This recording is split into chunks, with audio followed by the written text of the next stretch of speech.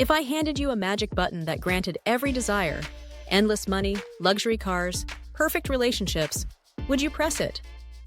Most people would. But here's the twist. Getting everything you want often leads to stress, emptiness, and misery. We're taught to chase more, but the real secret to happiness might be chasing less. Over 2,000 years ago, the Greek philosopher Epicurus believed the key to a happy life wasn't fulfilling every desire, it was mastering them. He divided desires into 3 categories: necessary, luxury, and vain. Understanding these can completely change how you live. Necessary desires are the basics: food, water, clothing, shelter. They keep you alive and healthy. When you meet these needs, you feel a calm, lasting happiness. Think about the relief of drinking water when you're truly thirsty, or the comfort of warm clothes on a cold day. These pleasures stick around because the need is fully satisfied. This, Epicurus said, is the foundation of happiness. Then we have luxury desires. These aren't bad. They're natural and feel great when you get them. Fine dining, designer clothes, dream vacations. The problem is they're not necessary for happiness, and their pleasure fades quickly. They can also backfire. That gourmet dessert? Delicious now, but over time it can harm your health and lower your baseline happiness. Luxuries can make us fragile. If you're used to only the best coffee, a regular cup suddenly feels disappointing. You've raised your bar for satisfaction and your risk of dissatisfaction. Finally, there are vain desires. This is the danger zone: fame, wealth, status, power. They're endless and impossible to fully satisfy. You get a taste, you want more. Start a YouTube channel, and you might think, I'll be happy when I get 1,000 views.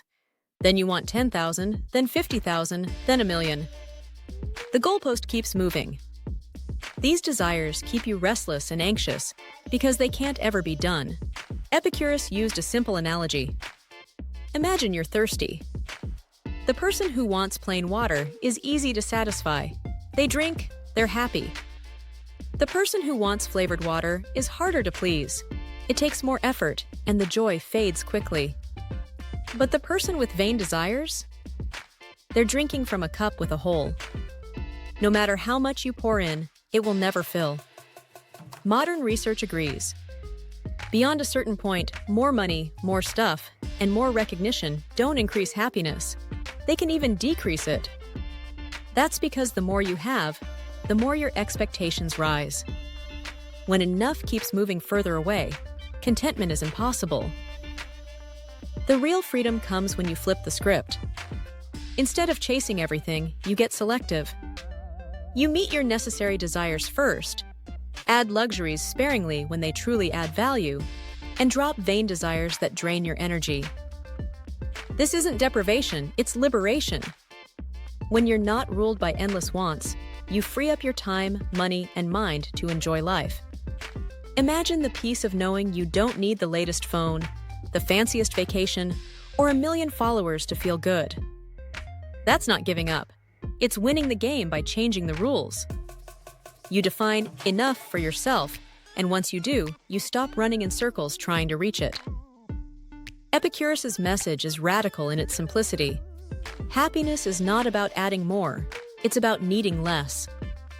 The fewer desires you have, especially endless ones, the easier they are to satisfy, and the more stable your happiness becomes. You can still enjoy nice things, but they're bonuses, not requirements. So here's the challenge. Look at your own desires. Which are necessary? Which are luxuries? Which are vain? You might realize much of your energy goes into chasing the things that give you the least return on happiness. Master your desires and you master your life. The secret isn't to get more, it's to need less. Once you understand that, you stop being a prisoner to your wants and start building a life you can truly enjoy. If you found this video meaningful and interesting, drop a comment below and share your experience. Please don't forget to like, subscribe, and share it with someone who might find this content useful. And as always, thank you for listening, and we'll see you next time.